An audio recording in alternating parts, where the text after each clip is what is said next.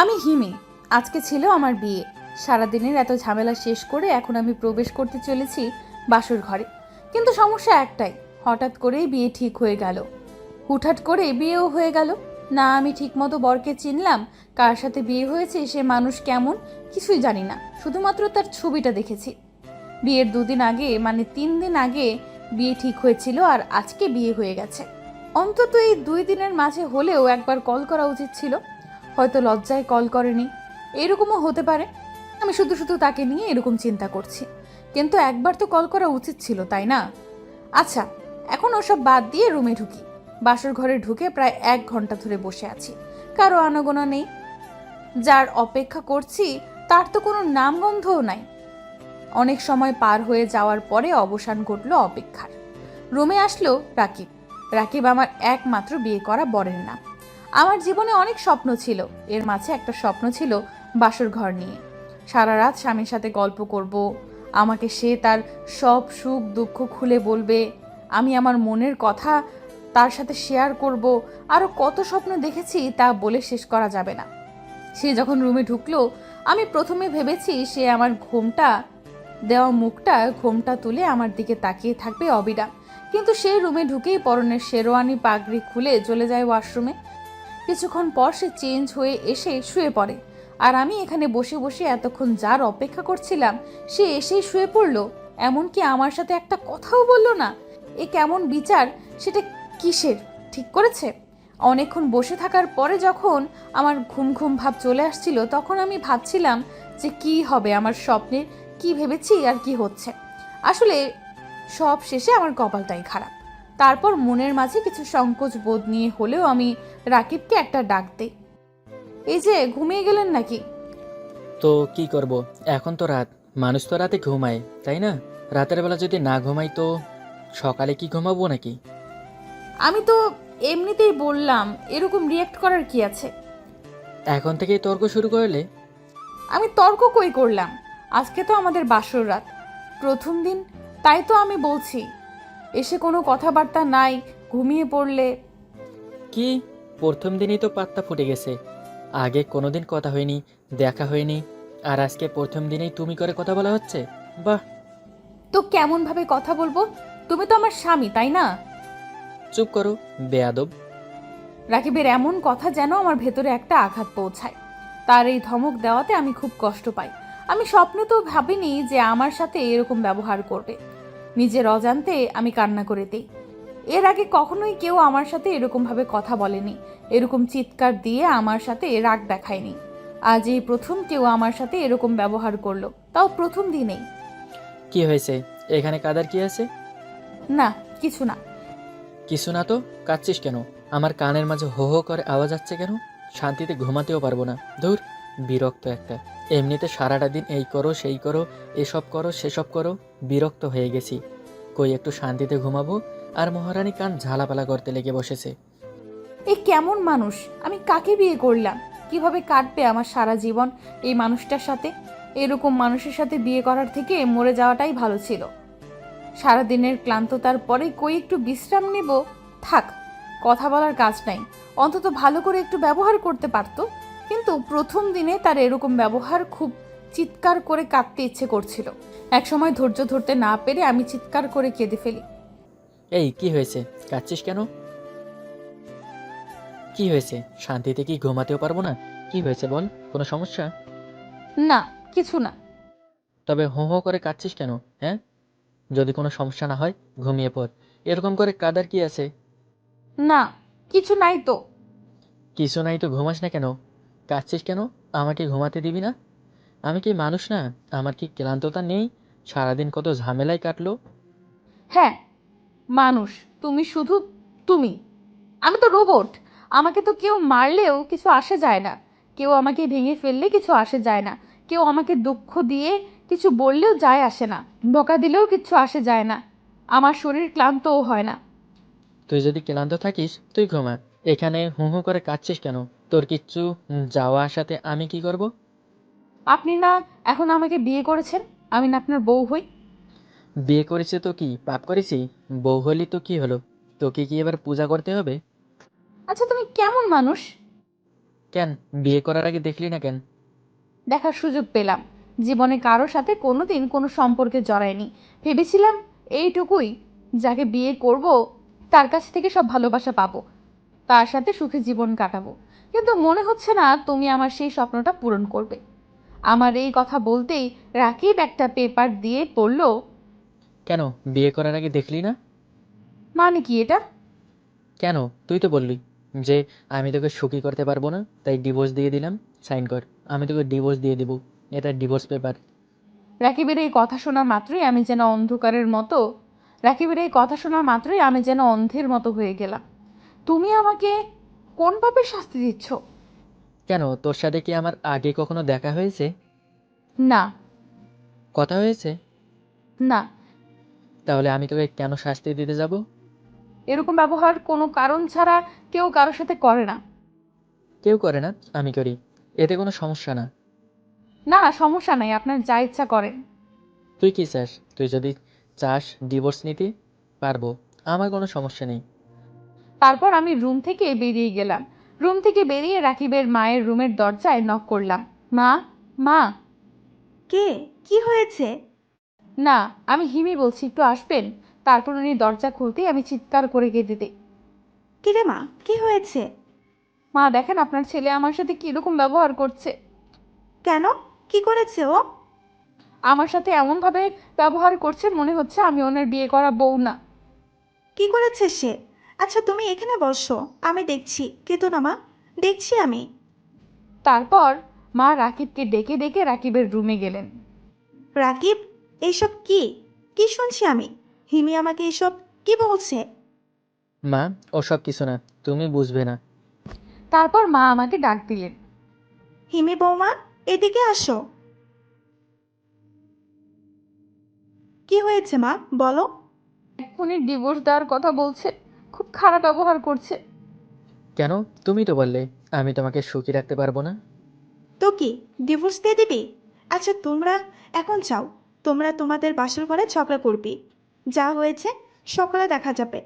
যাও মাহিমি, তুমিও ঘুমাও। তারপর আমি ফুপিয়ে ফুপিয়ে কেঁদে রুমে ঢুকলাম। কি দরকার ছিল সিন ক্রিয়েট করার? আমি আবারও কেঁদে দিলাম। এই তুই কি বাচ্চা? না। তো কাঁদছিস কেন? জানি না। চুপ, একদম চুপ। আর একবার কান্নার শব্দ পেলে থাপ্পড় দিব। কি? ভাবি, ভাবি। দরজায় রাকিবের ছোট বোন তানিয়া ডাকছিল। কে? একটু আসেন। যখনই আমি যেতে লাগলাম, এখানেই বস, কোথাও যাবি না। আমাকে ডাকছে। আমি যাব। দরজা খোলার পর, কি হয়েছে? ভাইয়া, সব কাজ শেষ। আচ্ছা, যা গিয়ে ঘুমা। ভাইয়া, ভাবির সাথে কিন্তু তুমি বেশি করে ফেলছো। চুপ কর। ওকে ভাবি, আমি যাই। আমিও যাব কোথায়? তানিয়ার সাথে। আমি ওনার ঘরেই আজ ঘুমাবো। আচ্ছা ঠিক আছে, যা। আসো ভাবি। তারপর আমি বাসর ঘর ছেড়ে তানিয়ার সাথে চলে গেলাম ওর রুমে। হায় রে পাগল বউ আমার, কিছুই বোঝে না। ওর সাথে যে আমি একটু একটু করে মজা করছিলাম, সে কিছুই বুঝতে পারছিল না, শুধু কেঁদেই যাচ্ছিল। ওর কান্নাটা দেখে আমারও ভালো লাগছিল না, কিন্তু কি আর করব, একটু তো মজা করতেই পারি, তাই না? আর সে যেরকম সারপ্রাইজ আমার কাছ থেকে চাই, সেটা দেওয়ার জন্য তো এইটুকু করতেই হবে।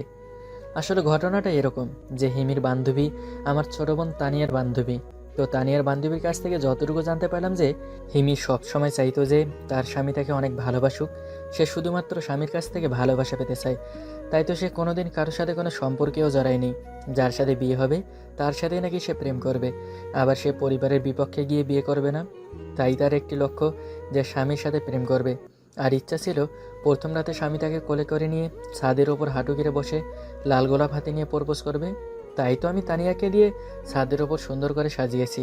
চাইলে আমি তাকে বলতে পারতাম একটু পর তাকে নিয়ে ছাদের ওপর গিয়ে প্রপোজ করব, কিন্তু সেটা কি আর তখন সারপ্রাইজ হবে? আর তার সাথে একটু রুর ব্যবহার করলাম, যাতে অনেক দুঃখের পরও একটা সুখের বার আসে। তারপর তানিয়ার বান্ধবীর কাছে এটাও জানতে পারলাম যে হিমির এখন পিরিয়ড চলছে। কিছুক্ষণ পরে দরজায় যেন কেউ নখ দিতে লাগলো। তানিয়া, কে এসেছে? হয়তো ভাইয়া। উনি এখন আবার কেন আসলেন? আমি মনে মনে আতঙ্কিত হয়ে পড়লাম খুব বেশি, ভয় পাচ্ছি, না জানি এসে কি করবে। এই তানিয়া, দরজা খোল। এই কথা শুনে আমি তানিয়াকে ইশারা দিয়ে বললাম দরজাটা না খুলতে। কেন ভাইয়া, কি হয়েছে? হিমিকে নিয়ে যেতে এসেছি, দরজা খোল। ভাইয়া এসেছে ভাবিকে নিয়ে যেতে। দাঁড়াও দাঁড়াও, খুলছি। এই কথা বলে তানিয়া দরজাটা খুলে দিল।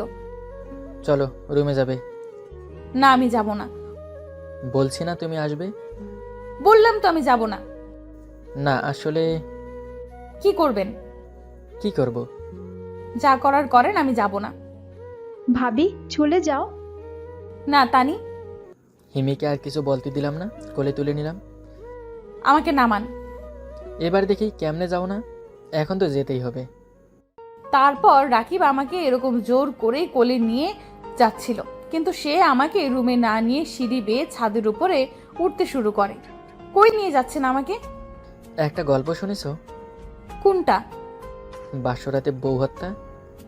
এই কথা শুনতেই আমার কাছে ক্লিয়ার লাগলো যে রাকিব আমাকে ছাদ থেকে ফেলে দেবে, কারণ তার এতক্ষণের ব্যবহার আমাকে এটাই ইশারা দিচ্ছে। আমি শুধু চুপটি করে তার মুখের দিকে চেয়ে চেয়ে কাঁদছি, আর কিচ্ছু করছি না। কাদার কোনো শব্দ নেই, শুধু চোখ দিয়ে জল পড়ছে। ছাদের উপর নিয়ে গিয়ে রাকিব আমাকে ঠিক ছাদের মাঝখানে রাখলো। এখানে দাঁড়াও। তারপর সে আমার সামনে দিয়ে হেঁটে গিয়ে লাইটের সুইচ বন্ধ করে দিল। চোখ বন্ধ করে অন্ধকারের মাঝে এটাই ভাবছি, বেঁচে থেকে আর কি করব, মরে যাব, মেরে ফেলুক, ইচ্ছা নাই আর বাঁচার। এই তুমি চোখ বন্ধ করো। করেই আছি। যখন বলবো চোখ খুলতে আস্তে আস্তে চোখ খুলবে, এখন না। তারপর চোখ বন্ধ অবস্থায় মনে হলো লাইটটা আবার চলে এসেছে, কিন্তু মনের ভয়ে চোখটা আমি খুললাম না। এবার আস্তে আস্তে চোখ খোলো। চোখটা খুলতেই দেখলাম রাকিব আমার সামনে হাঁটু গেড়ে লাল গোলাপ নিয়ে বসে আছে। জান, আই এম সরি। কি হচ্ছে এসব? তুমি কাঁদছো কেন? কান্না বন্ধ করো। না, আগে বলেন কি হচ্ছে। তোমাকে আমি খুব বেশি বেশি ভালোবাসি, আমার ভালোবাসাটা কি গ্রহণ করবে? তারপর রাকিবের হাত থেকে গোলাপটা নিলাম। এতক্ষণ আমার সাথে এরকম করলেন কেন? পাগল বউটা আমার, তোমাকে আমি ভালোবাসি বলেই তো বিয়ে করেছি, তাই না? মানে? মানে আমি তোমাকে অনেক আগে থেকেই চিনতাম। তারপর মা বাবাকে নিয়ে তোমার বাসায় বিয়ের প্রস্তাব পাঠাই। তারপর তোমাকে বিয়ে করার পর বাসর ঘরে তোমার সাথে যা করেছি সবই মজা করেছি। আর এখন? সত্যি বলছি, খুব বেশি ভালোবাসি। তুমি কি আমাকে ভালোবাসবে না? না। কেন? এখন বাসি। কি? কিছু না। স্বপ্ন পূরণ হয়েছে। কিসের? এই যে ছাদে এনে হাঁটু গেড়ে লাল গোলাপিও প্রপোজ। আরে হ্যাঁ, তুমি এসব জানলে কেমনে? জানি একরকম। ভালোবাসি। কাকে? সবাইকে। চুপ, তোর ভালোবাসা শুধু আমার জন্য। আচ্ছা। জড়িয়ে ধরা যাবে? কোলে নিতে পারমিশন নেননি, জড়িয়ে ধরতে পারমিশন নিচ্ছেন? তারপর রাকিব আমাকে অনেকক্ষণ জড়িয়ে ধরে থাকলো। তোমার না এখন পিরিয়ড চলছে? কে বলেছে? আসো, এখন রেস্ট করবে। শোনো, আমি সরি। কি? তোমাকে চিনতে পারিনি। তুমি আসলেই খুব ভালো, আমার জন্য তুমিই পারফেক্ট। ধুর পাগলি মেয়ে। এখন মনে হচ্ছে আমি আমার জীবন সঙ্গী পেয়েছি, আমার ভালোবাসার মানুষ পেয়েছি। একটা চুমু দেবে? আগে রুমে চলো।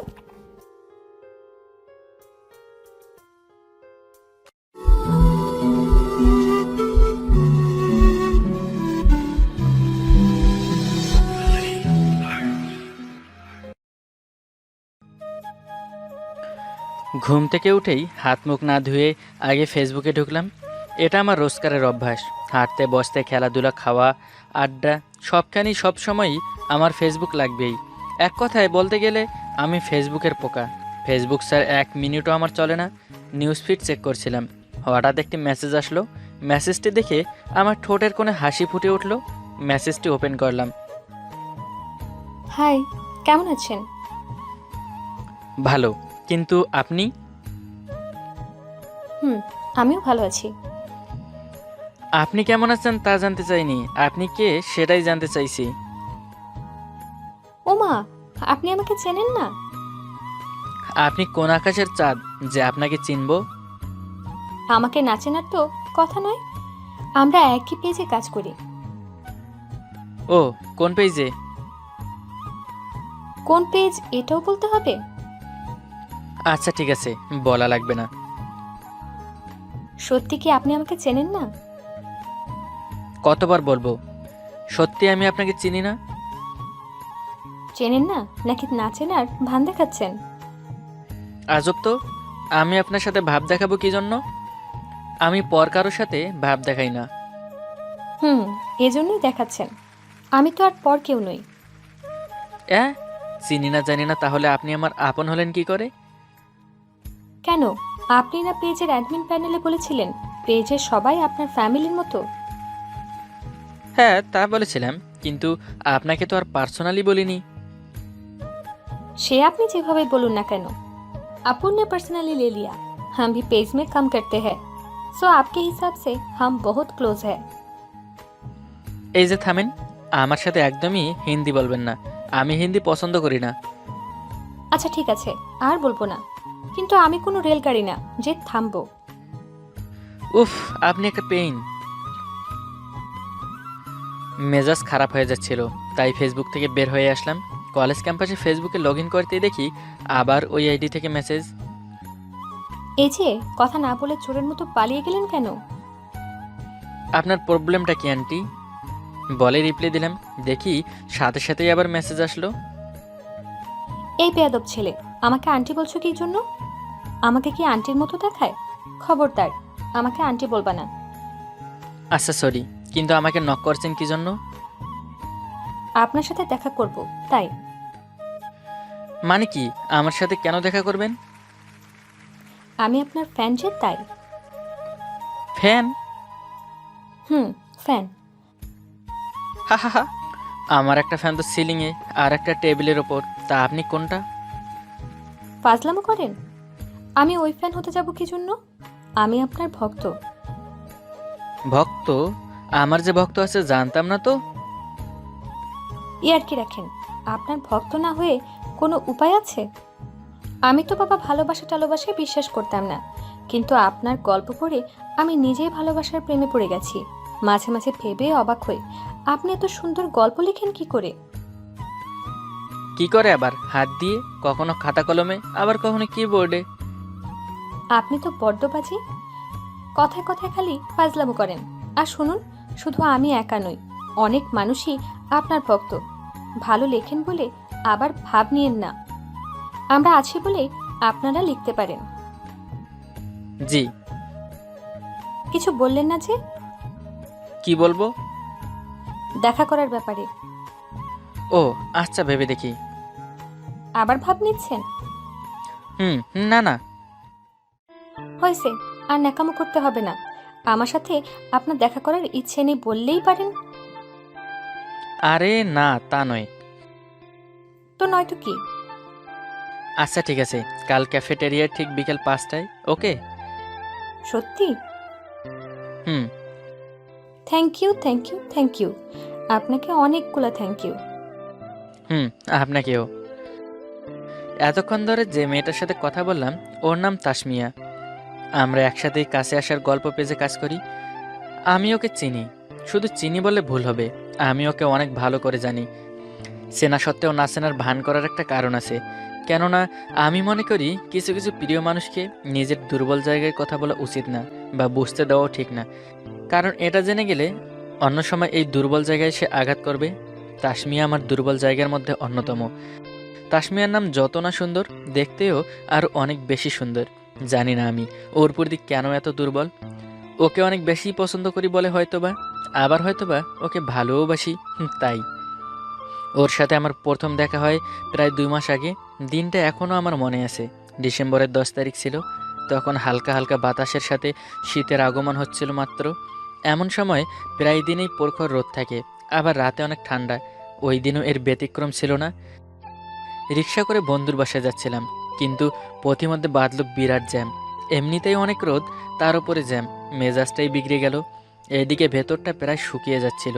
মনে মনে ভাবলাম একটুখানি পানি খেলে মন্দ হতো না, কিন্তু এই জ্যামের মাঝে এখন পানি পাবো কোথায়? তাই বাধ্য হয়ে রিক্সায় বসে রইলাম। এমন সময় টুপ করে এক ফোঁটা পানি এসে আমার হাতের ওপর পড়লো। বুঝতে পারলাম না এটা কোথা থেকে আসলো। ভাবতে না ভাবতেই দেখি টুপটুপ করে আরও অনেকগুলো বৃষ্টির ফোঁটা এসে গায়ে পড়ল। কিন্তু এই রৌদ্রময় দিনে ফকফকা আকাশে হঠাৎ বৃষ্টি আসলো কেমনে? সবই আল্লাহর লীলা খেলা। অবশ্য মনে মনে অনেক খুশি হলাম, কেননা শুনছি বৃষ্টি প্রথম ফোঁটায় যার গায়ে পড়ে সে অনেক ভাগ্যবান হয়। জানি না আমার ভাগ্যে কি আছে। এসব ভাবতে না ভাবতেই ঝুম করে বৃষ্টি শুরু হলো। রিকশার হুড় তুলতে গিয়ে সামনের গাড়ির দিকে চোখ পড়তেই আমি পুরোই হয়ে গেলাম। রেশমি চুরি পরা একটা মেয়ের হাত গড়িয়ে ভেতর থেকে বাইরে বের হয়ে এলো। জানি না কেন আমার চোখ ওই হাতের দিকে গেল। জানি না কেন আমার চোখ ওই হাতের দিকে এক দৃষ্টিতে তাকিয়ে রইল। বৃষ্টির ফোঁটাগুলো হাতটা স্পর্শ করতে দেখে আমার ভেতরও কেমন যেন আলাদা একটা অনুভূতি স্পর্শ করতে শুরু করলো। একটা সময় গাড়ি থেকে মেয়েটা বের হয়ে এলো। মেয়েটাকে দেখেই আমার হার্টবিটটা কয়েক মুহূর্তের জন্য বন্ধ হয়ে গেছিল। এত সুন্দর একটা মেয়ে, মায়াবী চেহারা, চোখগুলো টানা টানা, দেখে মনে হচ্ছিল হৃদয় করা। চোখ দুটো আল্লাহ অনেক যত্ন করে বানাইছেন। আমি কোনোভাবেই মেয়েটার থেকে চোখ ফেরাতে পারছিলাম না। নির্লজ্জের মতো মেয়েটার দিকে তাকিয়েই রইলাম। মেয়েটা বৃষ্টিতে ভিজতে ভিজতে রাস্তার পাশে কয়েকটা পিচ্ছির সাথে গিয়ে লাফালাফি করা শুরু করে দিল। আমি ঠাই মেয়েটার দিকে হা করে তাকিয়েই রইলাম। জীবনে অনেক মেয়ে দেখেছি, কারো দিকে এভাবে কখনো তাকাইনি। কিন্তু জানি না কেন এই মেয়েটাকে শুধু এত দেখতে ইচ্ছে করছিল। এতক্ষণ আমি মেয়েটার দিকে এতই মগ্ন ছিলাম যে বৃষ্টিতে ভিজে একাকার হয়ে গেছি, সেটা বুঝতেও পারিনি। আমাদের জীবনে এমন কিছু মুহূর্ত আসে যেগুলো আমরা চাইলেও নিজের ইচ্ছায় কিছু করতে পারি না। তখন আপনা আপনি কখনই সব হয়ে যায়, আমরা বুঝতেও পারি না। সব কিছু সাইডে রেখে আমার মনটা মেয়েটার কাছেই পড়ে থাকতে চাইলো। কিন্তু পোড়া কপালে কি আর সুখ বেশি সয়? এমন সময় জ্যামটা ছাড়তে হলো। এদিকে মাঝ রাস্তায় রিক্সা থেকে নামতে পারছিলাম না। রিক্সাওয়ালাকে রিক্সা সাইড করতে বললাম। রিক্সা থেকে নেমে দৌড়ে রাস্তার পাশে আসলাম। কিন্তু একই মেয়েটা দেখি নাই। এদিক ওদিক তাকালাম, দেখতে পেলাম না। চারদিক ভালো করে দেখলাম, কিন্তু কোথাও আর মেয়েটাকে দেখতে পেলাম না। দূর, ভাগ্যটাই কুফা। প্রথম দেখার পর থেকেই মেয়েটির বৃষ্টিতে ভেজার দৃশ্যটি বারবার চোখের সামনে ভেসে উঠছিল। কিছুতেই মেয়েটার কথা মাথা থেকে নামাতে পারছিলাম না। এই কয়েকদিন মেয়েটিকে অনেক খুঁজলাম, কিন্তু কোথাও পেলাম না। একদিন আমি আর আমার বন্ধু রাশেদ বই মেলায় গেলাম।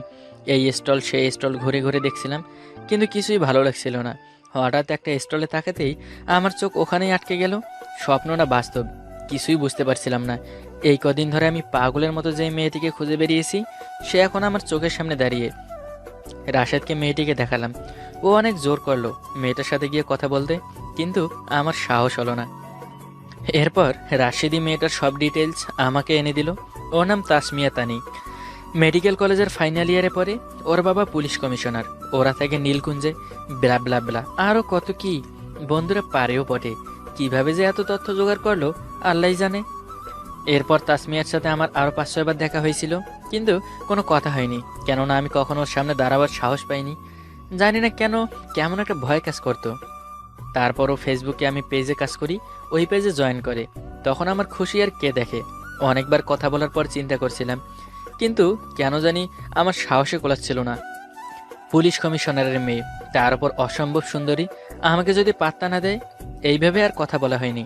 থাক বাবা, কাছে গিয়ে কষ্ট পাওয়ার চেয়ে দূর থেকে ভালোবাসাই ভালো। আমার সব গল্পই একমাত্র ওকে ভেবেই লেখা। কালোর সাথে দেখা করব, মনের মধ্যে অনেকটা উত্তেজনা কাজ করছে, সাথে সাথে নার্ভাসও লাগছে। একটা ক্ষুধার্ত বেড়ালকে 1 প্লেট মাছ দিলে সে 7-5 না ভেবেই মাছগুলো গপাগপ করে সব খেয়ে ফেলে, কিন্তু খাওয়ার পর তো তা বেশিক্ষণ হজম করতে পারে না। আমার অবস্থাও তেমন, ক্ষুধার্ত বেড়ালের মতো মনে হচ্ছে। আর যাই হোক, কালকের সুযোগ হাতছাড়া করা যাবে না। সারা রাত সারাদিন অনেক কল্পনা জল্পনা করে কাটালাম, কোনো কাজই মন লাগাতে পারছিলাম না।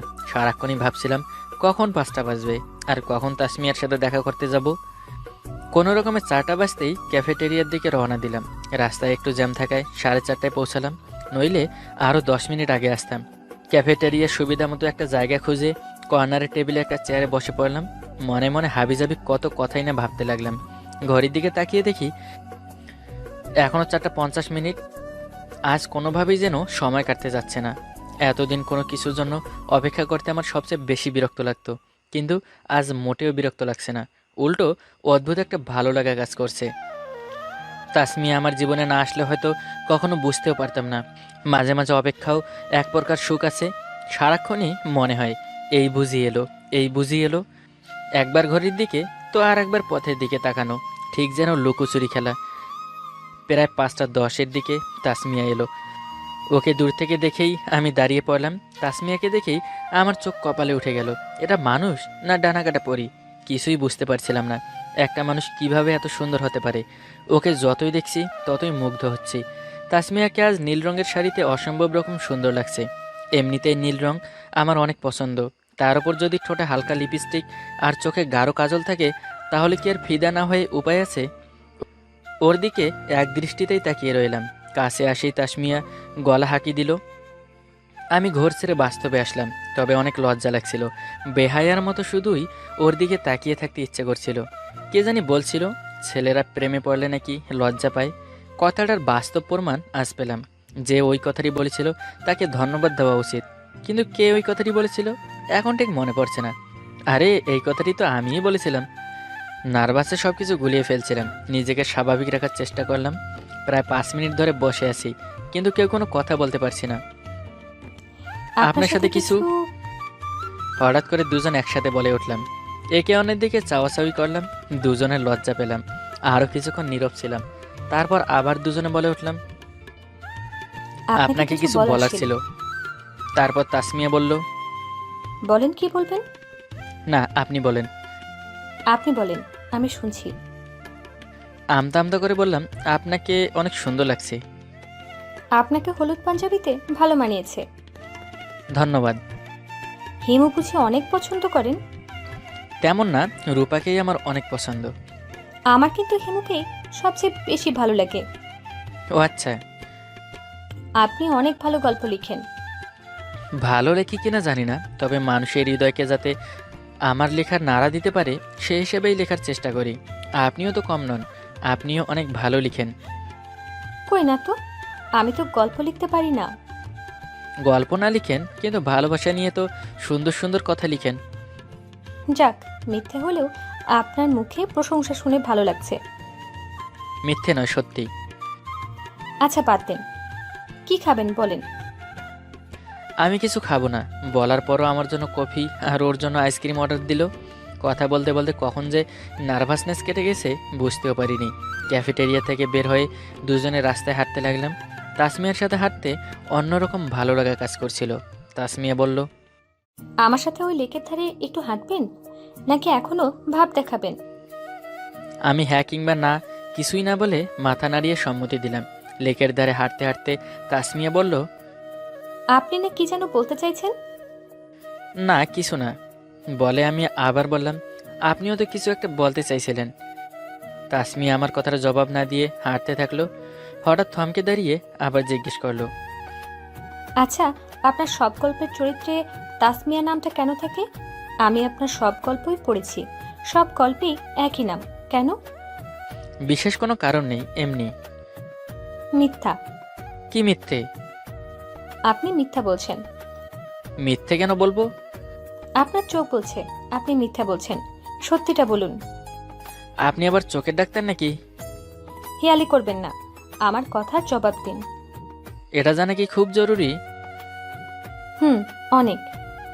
পরে এক সময় বলি। না, এক্ষুনি বলুন। জোর করছেন? যদি ভাবেন তবে তাই। কি বলবো কিছুই বুঝতে পারছিলাম না। সত্যি বলতে সাহস হচ্ছিল না, আবার মিথ্যেও বলতে পারছিলাম না। কিছুক্ষণের জন্য থমকে গেছিলাম। একবার মনে হচ্ছে ওকে সব সত্যি বলে দেই, কিন্তু আবার মনে হচ্ছে যদি ভুল বুঝে।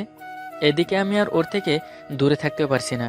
শেষ পর্যন্ত সিদ্ধান্ত নিলাম এবার সব সত্যিই বলে দিব, যা হবার হবে। নিজেকে মনে মনে প্রস্তুত করলাম। সাহস নিয়ে ওর সামনাসামনি দাঁড়ালাম। তাসমিয়া আবার বলল, কি হলো বলেন? আমি আর দেরি করলাম না, পকেট থেকে ওর জন্য কেনা আংটিটা বের করলাম। যদিও মানুষ হিসেবে আমি মোটেও রোমান্টিক না, তবুও একটু রোমান্টিক হওয়ার চেষ্টা করলাম। কেননা মেয়েরা রোমান্টিকতা অনেক পছন্দ করে। তাই হাঁটু গেড়ে বসে তাসমিয়ার দিকে আংটিটি বাড়িয়ে দিয়ে বললাম, Tasmia, I love you, will you be mine forever? আমি আবার বললাম, সত্যি তো এটাই যে আমি তোমাকে প্রচণ্ড ভালোবেসে ফেলেছি। যেদিন তোমায় প্রথম দেখেছি সেদিনই তোমার প্রেমে পড়ে আমি পাগল হয়ে গেছি। দিন কি রাত কি, খাওয়া নেই দাওয়া নেই, সারাক্ষণই শুধু তোমার কথাই ভাবতে ভালো লাগে। 24 ঘন্টার মাঝে একটা সেকেন্ডের জন্যও আমি তোমায় ভুলতে পারি না। আমি হয়তো তোমায় অনেক কিছু দিতে পারবো না, কিন্তু প্রাণ খুলে ভালোবাসা দিতে পারবো। আমি হয়তো তোমায় অনেক সুখে রাখতে পারবো না, কিন্তু কখনো তোমার চোখের জল মাটিতে পড়ার আগেই তোমার মুখে হাসি ফোটাতে পারবো। তোমার হাতটা কি আমার সারা জীবনের জন্য ধরতে দেবে? এক নাগালেই তাসমিয়াকে কথাগুলো বলে ফেললাম। আমার কথা শুনে মনে হলো তাসমিয়া আকাশ থেকে পড়লো। ও হা করে দাঁড়িয়েছিল। বুঝতে পারছিলাম না ও কি বলবে বা কী বা করবে। তাসমিয়া আমার হাত থেকে আংটিটা নিল। দেখে মনে হলো ও অনেক কনফিউশনে পড়ে গেছে। আংটিটা হাতে নিয়ে আংটির দিকে কিছুক্ষণ তাকালো, তারপর আমার কথার জবাব না দিয়ে ধীর পায়ে উল্টো পথে এক পা করে এগোতে লাগলো। আমার আর বুঝতে বাকি রইল না যে ও আমায় ভালোবাসে না। খুব কষ্ট লাগছিল। অজান্তেই চোখের কোণে পানি এসে গেল। গাল বেয়ে টুপ করে পানির ফোঁটা মাটিতে পড়ল। কোনোভাবেই মানাতে পারছিলাম না নিজেকে যে তাসমিয়া আমাকে ফিরিয়ে দেবে। আমি ওর নিশ্চুপে চলে যাওয়া দেখতে পারছিলাম না, তাই আকাশের দিকে তাকিয়ে চোখের জল ফেলতে লাগলাম। কিন্তু তাসমিয়া কিছু দূর গিয়ে আমাকে অবাক করে দিয়ে ঘুরে দৌড়ে এসে আমাকে জড়িয়ে ধরল। আমি ভ্যাবাচাকা খেয়ে গেলাম। এরা স্বপ্ন নাকি সত্যি, এর ফারাক আমি এই মুহূর্তে বুঝে উঠতে পারছিলাম না। আমিও তাসমিয়াকে শক্ত করে জড়িয়ে ধরলাম। তাসমিয়া আমার বুকে মাথা রেখে কাঁদতে কাঁদতে বলল, ভালোবাসো আগে বলনি কেন? আমাকে কাঁদাতে খুব মজা লাগে না? আগে বলার সুযোগ পাইনি যে। সেই প্রথম যেদিন তোমায় রাস্তায় একটা বৃদ্ধ লোককে সাহায্য করতে দেখি, সেদিন থেকেই তোমার প্রতি আমার ভালো লাগা কাজ করে। তারপর তোমায় বইমেলায় দেখে তোমার সম্পর্কে ধীরে ধীরে জানতে শুরু করি, কিন্তু লজ্জায় কখনো তোমার সামনে আসতে পারিনি। তোমায় ছাড়া আর একা থাকতে না পেরে লজ্জা শরমের মাথা খেয়ে আজ ভালোবাসি বলবো বলে তোমার সামনে দাঁড়িয়েছি। তোমায় সত্যি আমি অনেক ভালোবাসি। তাসমিয়া কাঁদতে কাঁদতে কথাগুলো বলছিল। আমার বুক থেকে ওর মুখটা তুলে চোখের পানি মুছে দিলাম। মেয়েটা বড়ই অদ্ভুত। কান্না ভেজা মুখেও অসম্ভব মায়া কাজ করছে। আমি বললাম, আচ্ছা বাবা, সরি। আমি কি জানতাম যে তুমিও আমায় ভালোবাসো? এবার তো কান্না থামাও। অবশ্য তোমার কান্না মাখা মুখ দেখতে খারাপ লাগছে না। চুপ, একদম চুপ। আমাকে ছেড়ে কখনো কোথাও যেতে পারবা না। আচ্ছা, যাব না, কিন্তু এবার তো ছাড়ো। বলছি না চুপ। আরে সবাই দেখছে তো। দেখুন, তাতে কি আসে যায়? জড়িয়ে ধরতে বলেছি, ধরো। পারবো না। পারবো না মানে? এই পারবো না মানে কি? ধরো, নইলে আব্বুকে বলে 14 শিকের ভেতরে ঢুকিয়ে দেব। বাপরে, কি দাজ্জাল মেয়ে। আমি দজ্জাল। ভালোবাসায় কমতি হলে আমি তোমাকে ছেড়েও কথা বলবো না। কি আর করা, কোনো উপায় না দেখে আমিও জড়িয়ে ধরে থাকলাম। আরে ভাই, আপনারা আরও কি চান বলেন তো? আরও কিছু চান? আপাতত বিদায় হন। দেখা হচ্ছে নতুন কোনো গল্প নিয়ে। তখন না আরও কিছু ঢেলে দিব। রেডি হয়ে থাকুন। গল্পটি কেমন লাগলো কমেন্টে জানিয়ে দিন। আর আমাদের চ্যানেলটি সাবস্ক্রাইব করে পাশে থাকা বেল বাটনে ক্লিক করুন। তাহলে সবার আগেই আপনার কাছে চলে যাবে ভিডিওটি। নতুন নতুন ভিডিও পেতে এই কাজটি করে রাখুন। ধন্যবাদ সবাইকে। দরজা খুলে ইরা তার হবু শাশুড়িকে দেখে অবাক হয়ে বলল, আন্টি এত রাতে? তোমার মা কই? এই তো আছে বাসায়, ভেতরে আসুন। ইরার বুকের ধুকপুকানি বেড়েই চলেছে। 1 সপ্তাহ হয়ে গেল ইরা আর সুহানের বিয়ে ঠিক হয়েছে। ইরাকে সুহানের মা আংটি পরিয়ে গিয়েছিল। আর মাত্র 25 দিন পরে বিয়ে। এর মাঝে এমন কি হলো যাতে এত রাতে সুহানের মা বাসায় চলে আসতো, তাও কিচ্ছু না বলে? ইরা সোহানের মা আর মামিকে বসিয়ে তার মাকে ডাকতে গেল। সোহানের মামি সোহানের মাকে ইশারা দিয়ে বলছেন, আপা, মেয়ের পায়ের দিকে তাকান। তিনি নিখুঁত দৃষ্টিতে তাকিয়ে আছে ইরার পায়ের দিকে।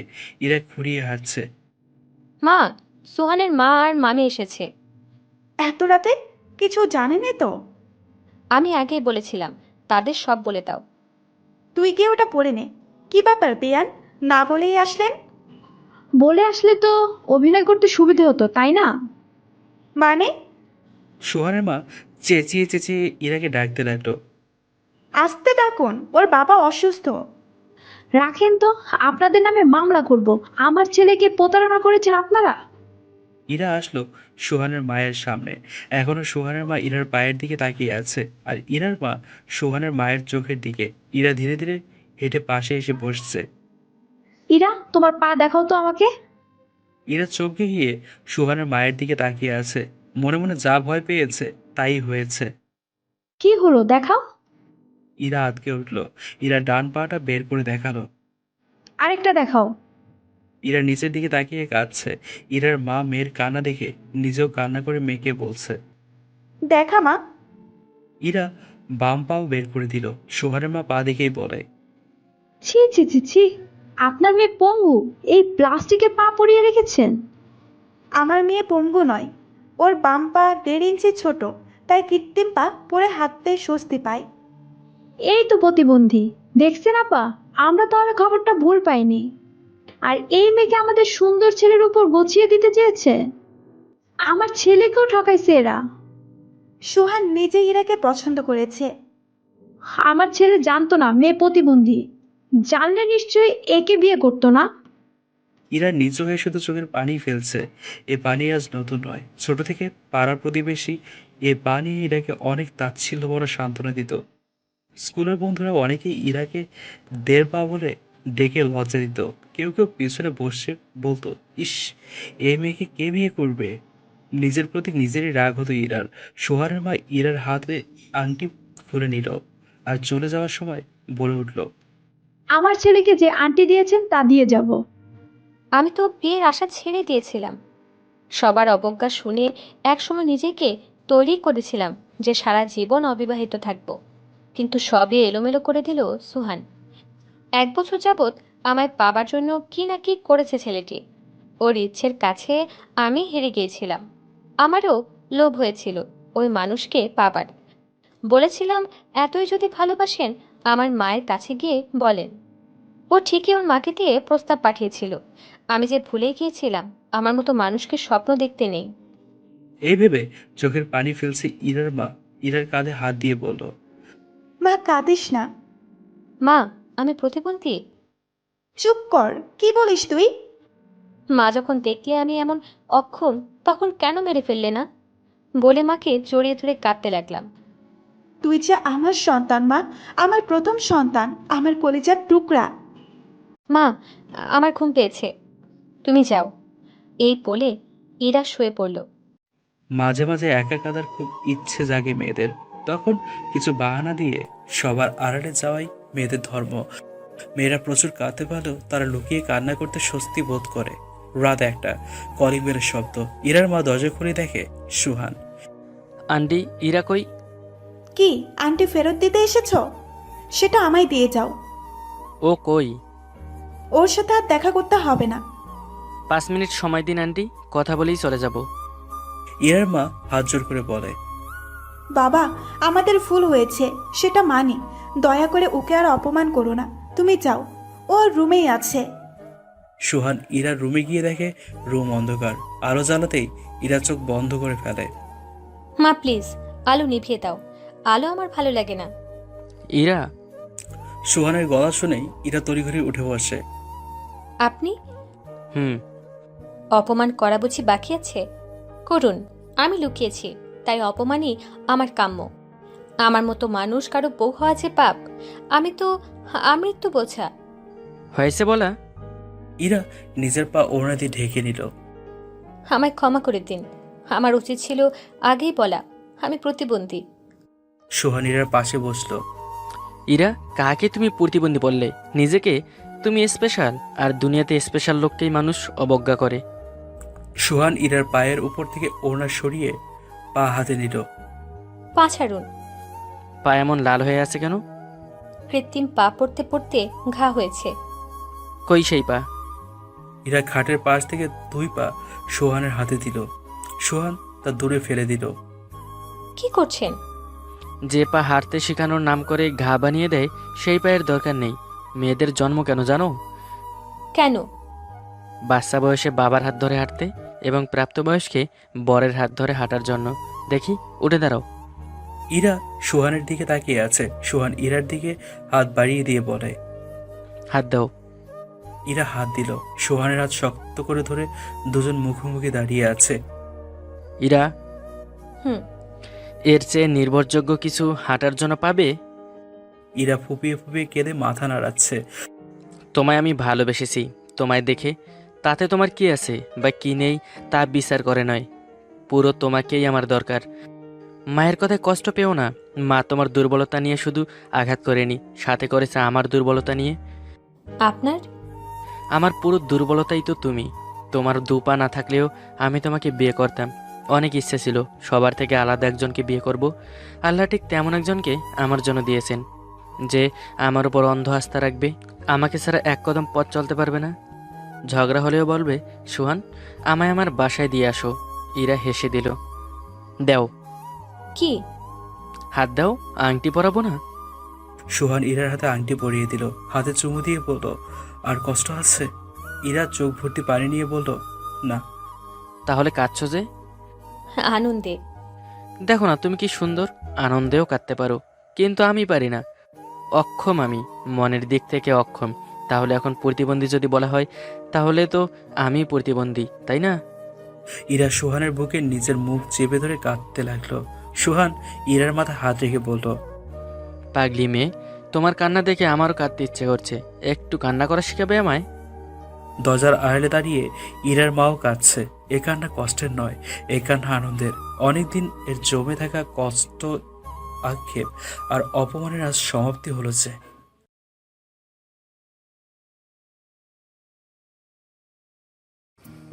আশার আমাকে করা প্রথম মেসেজটা ছিল এমন। আমি কালো বলে আমার ফ্রেন্ড রিকোয়েস্ট অ্যাকসেপ্ট করেননি, তাই না? মেসেজটা চোখে পড়তেই বড্ড অবাক হলাম। ফ্রেন্ড রিকোয়েস্ট অ্যাকসেপ্ট না করার জন্য এরকম মেসেজ সাধারণত আজ পর্যন্ত কেউ করেনি। মেয়েটার আইডিতে ঢুকে দেখলাম প্রোফাইল পিকচার এবং কভারে কালো একটা মেয়ের পিক দেওয়া। অ্যাকসেপ্ট করে মেসেজে রিপ্লাই দিলাম। নিজেকে অনেক ছোট মনে করেন আপনি? কয়েক সেকেন্ডের ভেতরে রিপ্লাই আসলো। না, কিন্তু কোনো রাইটারকে অ্যাড দিতে নিজেকে ছোট লাগে। এমনিতেই তারা কোনো রিকোয়েস্ট অ্যাকসেপ্ট করে না, তার উপর আবার আমার মতন কালো একটা মেয়ে। কালো মানেই অসুন্দর, এটা আপনাকে কে বলল? দেখুন রাইটার সাহেব, এই দুনিয়ায় সবচাইতে অবহেলিত মেয়ে মানুষ তারাই যাদের রং কালো, আর আমি তাদের মধ্যেই একজন। আপনার সাথে তর্কে যেতে চাই না, শুধু একটা কথা বলি, মাথায় রাখবেন, ফর্সা মানেই সুন্দর বা কালো মানেই অসুন্দর না। যার মনটা যত বেশি ফ্রেশ সে তত বেশি সুন্দর। কালো মানেই অসুন্দর হলে আল্লাহ কখনো কাবা ঘরে কালো করে দিতেন না, আর মানুষ কালো ঘরটার দিকে ফ্যাল ফ্যাল করে তাকিয়ে থাকতো না। কিছু সময়ের জন্য মেয়েটা আমার মেসেজ সিন করে রেখে দিল। রাগ করছে নাকি কোনো কিছু ভাবছে আমি ঠিক বুঝতে পারছিলাম না। প্রায় মিনিট 3 পর রিপ্লাই আসলো। ফারহান স্যার, কথাগুলো একদম মনের ভিতর এসে লেগেছে। নিজেকে আর কখনো কালো বলে ছোট মনে করব না। ধন্যবাদ আপনাকে। আশার সাথে প্রথম পরিচয়টা এভাবেই হয়েছিল। ওই দিনের পর থেকে প্রায় প্রতিদিন আমাদের টুকটাক চ্যাট হতো। আমি আশার সাথে কথা বলার পর বুঝতে পারলাম মেয়েটা অনেক একলা। বয়ফ্রেন্ড তো দূরে থাক, ওর কোনো ফ্রেন্ডই নাই। মেয়েটাকে দেখতাম সারাদিন অনলাইনে পড়ে থাকতো। হয়তো এই পৃথিবীর সবচাইতে একলা মানুষগুলোই অনলাইনে সবচেয়ে বেশি অ্যাক্টিভ থাকে। প্রায় 3 সপ্তাহ পর একদিন সকালে আশা একটা মেসেজ করলো। ফারহান, আমি তোমাকে একটা রিকোয়েস্ট করি, তুমি প্রমিস করো আমাকে না করবে, রিকোয়েস্টটা রাখবে না? বড্ড অবাক হলাম। আশার মেসেজ দেখে রিপ্লাই দিলাম। কি অদ্ভুত, কেউ না শোনার জন্য কোনো রিকোয়েস্ট করে, তাও আবার আগে না বলতে হবে। রিকোয়েস্টটা রাখবে না বলো, তাহলেই আমি বলবো। আচ্ছা ওকে, বলো কি রিকোয়েস্ট। ফারহান, আমি জানি আমি তোমার ফ্রেন্ড হওয়ার যোগ্য না, তারপরেও বলছি, এই কালো মেয়েটার সাথে ফ্রেন্ডশিপ করবে? ফেসবুক ফ্রেন্ডশিপের একটু উপরে আমাকে জায়গা দিবে? সাথে সাথে আরেকটা মেসেজ পেলাম। এবার তুমি না বলো। আমি বুঝতে পারছিলাম আশা আসলে ঠিক কি চাচ্ছে। সত্যি বলতে আমি এই মেয়েটাকে যতই দেখছি ততই অবাক হচ্ছিলাম। কিছু তো আছে এই মেয়েটার ভিতর। নিজেই আমাকে ফ্রেন্ডশিপ করার জন্য বলছে, আবার উল্টো আমাকেই রিজেক্ট করতে বলছে। অদ্ভুত।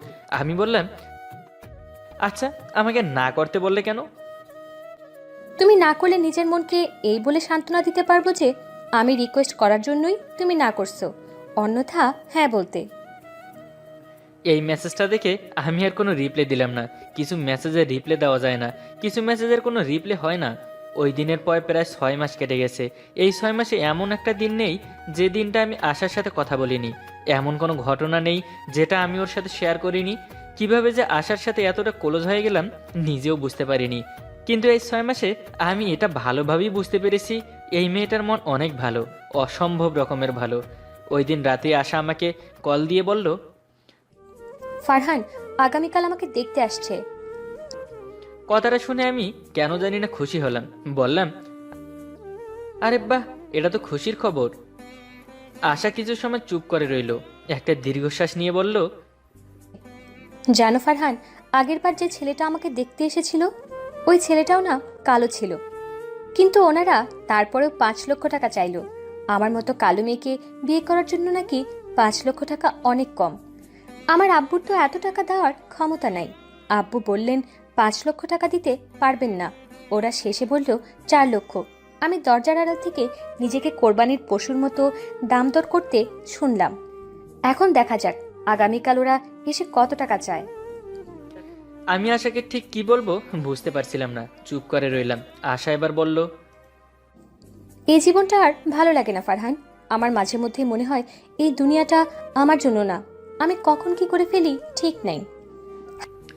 আশাকে একটা ধমক দিলাম। এসব উল্টাপাল্টা চিন্তা মাথা থেকে বের করার জন্য বললাম, কিন্তু আমি জানি আমি যাই বলি না কেন এটা স্রেফ ওর কাছে একটা সান্ত্বনা মনে হবে। পরের দিন সকাল থেকে আশার নাম্বারটা সুইচ অফ পাই। সারাটা দিন নাম্বার সুইচ অফ ছিল। সারাদিন আমি আশার নাম্বারটা ডায়াল করেছি, কেন এতবার ডায়াল করেছি নিজেও জানি না, কিন্তু ভেতরটায় অনেক ভয় লাগছিল। বারবার মনে হচ্ছিল কিছু একটা নেই, কিছু একটা হারাতে যাচ্ছি। ফেসবুকে গিয়ে একটু পর আশার আইডি চেক করছিলাম। প্রচণ্ড টেনশন আর অস্বস্তি লাগছিল। ঠিক ওই মুহূর্তে আমি ফিল করতে পারলাম আমি আশাকে ভালোবেসে ফেলেছি। আমি এটাও অনুভব করলাম এই ভালোবাসায় কোনো শরীরের চাহিদা নেই, এই ভালোবাসায় কোনো সুন্দর চেহারার মায়া নেই, জাস্ট একটা চাওয়া আমার ওই মানুষটা লাগবে, ওই সুন্দর মনের মানুষটা। সারা দিনের পর ওই দিন রাতে একটা আশা আমাকে কল দিল। হ্যালো ফারহান।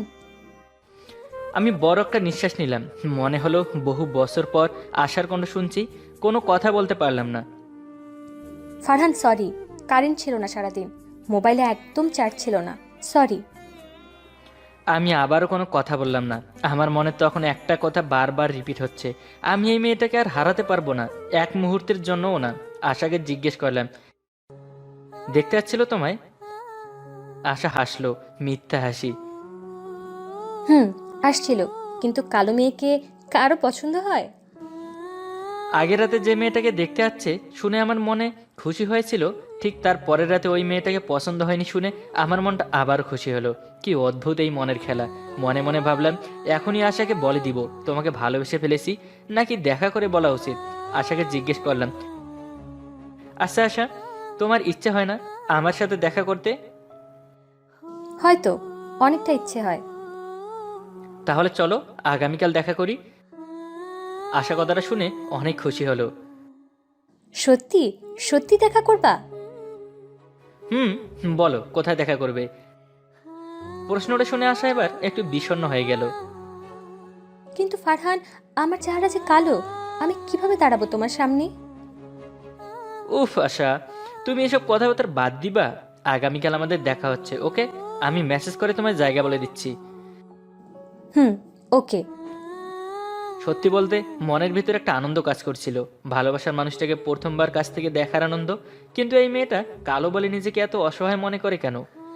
আচ্ছা, পৃথিবীর সব কালো মেয়েরই কি আশার মতো এরকম অসহায় ফিল করে? পরের দিন বিকেল 3টা, ঠিক 1 ঘন্টা পর আশার সাথে আমার দেখা হওয়ার কথা একটা রেস্টুরেন্টে। বাসা থেকে বের হওয়ার পর আশাকে কল দিলাম, নাম্বার সুইচ অফ। পুরো রাস্তা যেতে যেতে আশাকে কল দিলাম, নাম্বার সুইচ অফ। অনেক রাগ হচ্ছিল আশার উপর।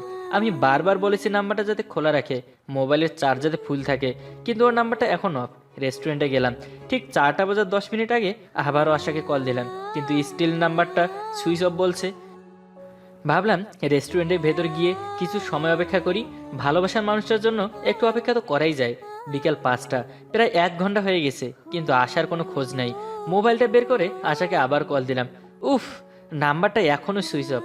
মনে হয় মোবাইলে চার্জ দিতে ভুলে গেছে। কিন্তু কত সময় এভাবে অপেক্ষা করা যায়? তাও আবার ভালোবাসার মানুষটাকে প্রথমবার দেখা করার অপেক্ষা। ঠিক ওই মুহূর্তে আমার মনে হলো পৃথিবীর সবচাইতে কঠিন কাজ হচ্ছে অপেক্ষা করা। সন্ধ্যা 6টা, আমি এখনও অপেক্ষায়। আমার বিশ্বাস আশা আসবে, হয়তো কোথাও জ্যামে আটকে আছে। পকেট থেকে আসার জন্য নিয়ে আসা আংটিটা বের করলাম, আংটির দিকে তাকিয়ে চিন্তা করতে থাকলাম আশাকে কিভাবে প্রপোজ করব, আচ্ছা, আশা আসার পর তাকে কি বকা দেওয়া উচিত? এত দেরি করে কেউ? এসব চিন্তা করছিলাম। ঠিক এমন সময় আমার টেবিলের ঠিক সামনের টেবিল বসা 3টা মেয়ে অনেক জোরে হে হে হে করে হেসে উঠল। এই সময় ওদের হাসির আওয়াজে আমার কাছে পেতনিদের হাসির চাইতেও জঘন্য লাগছে। কিন্তু একটা ব্যাপার খেয়াল করছি, এই 3টা মেয়ে আমি আসার আগে থেকে এখানে বসে আছে। এমনি কি সব আজাইরা গল্প করছে, আর একটু পর পর এটা সেটা খাচ্ছে। ওরা যাই করুক, তাতে আমার কি? আমি তো ব্যাস অপেক্ষা করছি, আসার অপেক্ষা। সন্ধ্যা 7টা, আশা এখনও আসেনি। আমার মনের ভেতর ভয় কাজ করা শুরু করলো। এখন পর্যন্ত আশা না আসার 2টা কারণ হতে পারে। 1, আশা কোনো বিপদ হয়েছে। 2, আশা আমার সাথে বেইমানি করেছে। আমি মনে মনে দোয়া করলাম যাতে দ্বিতীয়টাই হয়, অন্তত আশার যেন কোনো ক্ষতি না হয়। রাত 8টা, মন খারাপ করে টেবিলের উপর মাথা দিয়ে বসে আছি। খুব বেশি কান্না পাচ্ছে, কিন্তু পাবলিক প্লেসে কান্না করাটা একদম ঠিক হবে না।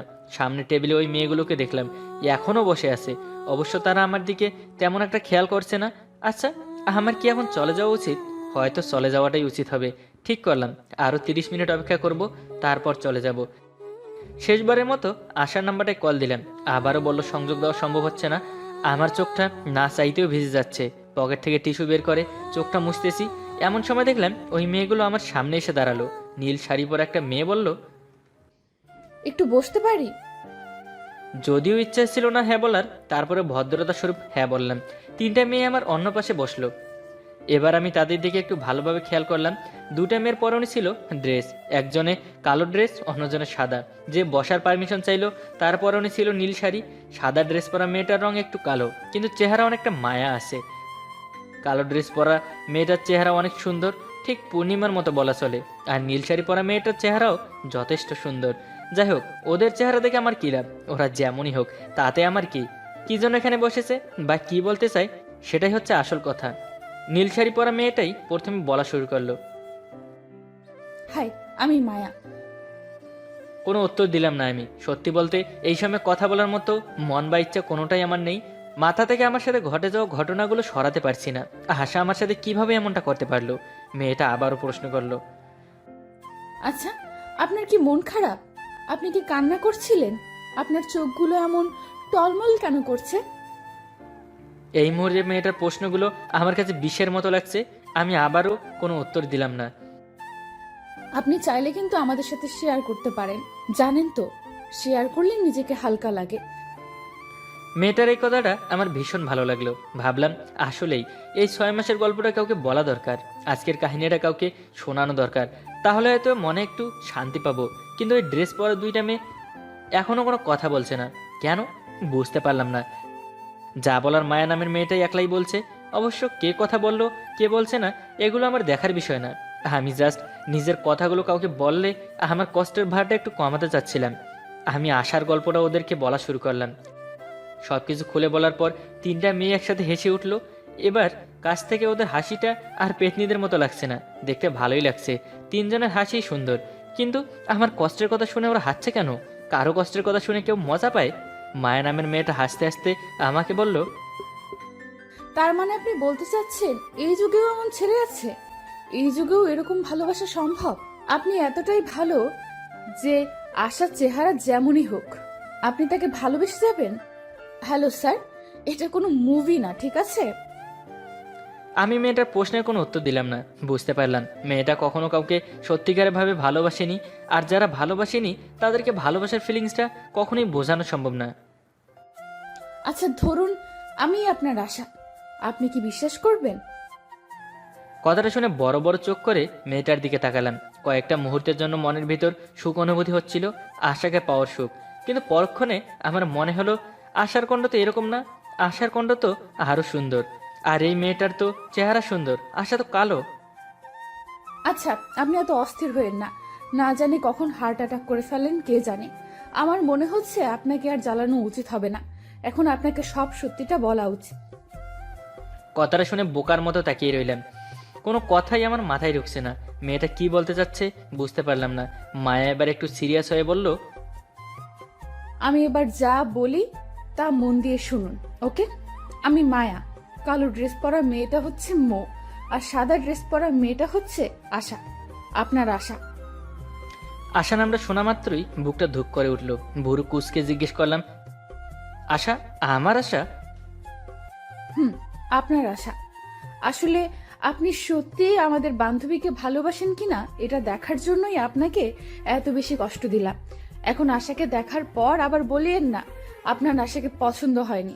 আশা কিন্তু আগেই বলেছিল ওর রং কালো।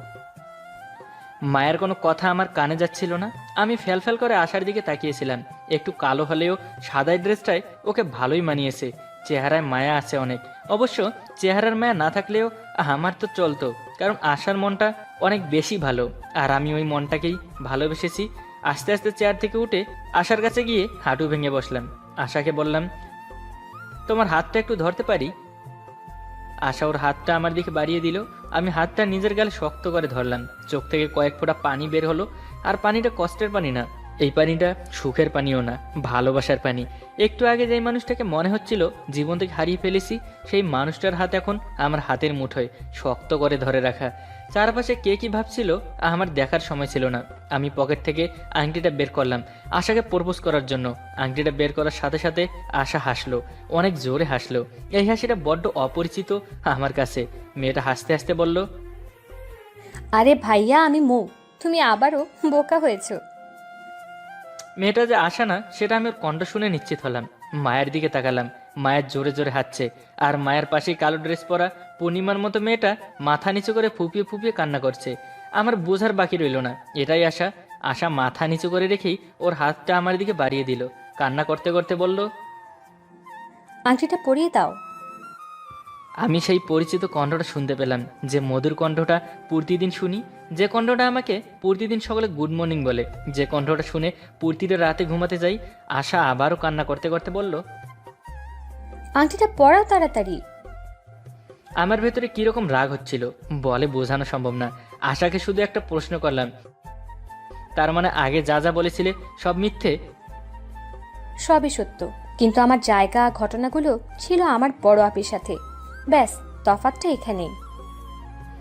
আমি বসা থেকে উঠে দাঁড়ালাম, আংটিটা বক্সের ভেতর রেখে কোনো কথা না বলে বাইরের দিকে হাঁটা শুরু করলাম। মোবাইলটা সুইচ অফ করে দিলাম। আগামী 2 দিন মোবাইলটা আর অন করব না। আমি জানি আশা এখন কান্না করবে, করুক, বেশি করে কান্না করুক। আমাকে এত মিথ্যা আর এত কষ্ট দেওয়ার অপরাধে একটু কান্না তো ডিজার্ভ করেই। এটা তো মাত্র শুরু। আশা জানে না আগামীতে ওর জীবনে কি কি হতে চলেছে। আমি আশাকে সপ্তাহে 7 দিন কালো বানিয়ে রাখবো। সবাই বিয়ের দিন পাত্রীকে পার্লারে নিয়ে যায় সুন্দর দেখানোর জন্য, কিন্তু আমি আশাকে কালো বানিয়ে তারপর বিয়ে করব। কারণ আমি কালো আশাটাকে ভালোবেসেছিলাম, পূর্ণিমার মতো চেহারার কাউকে না।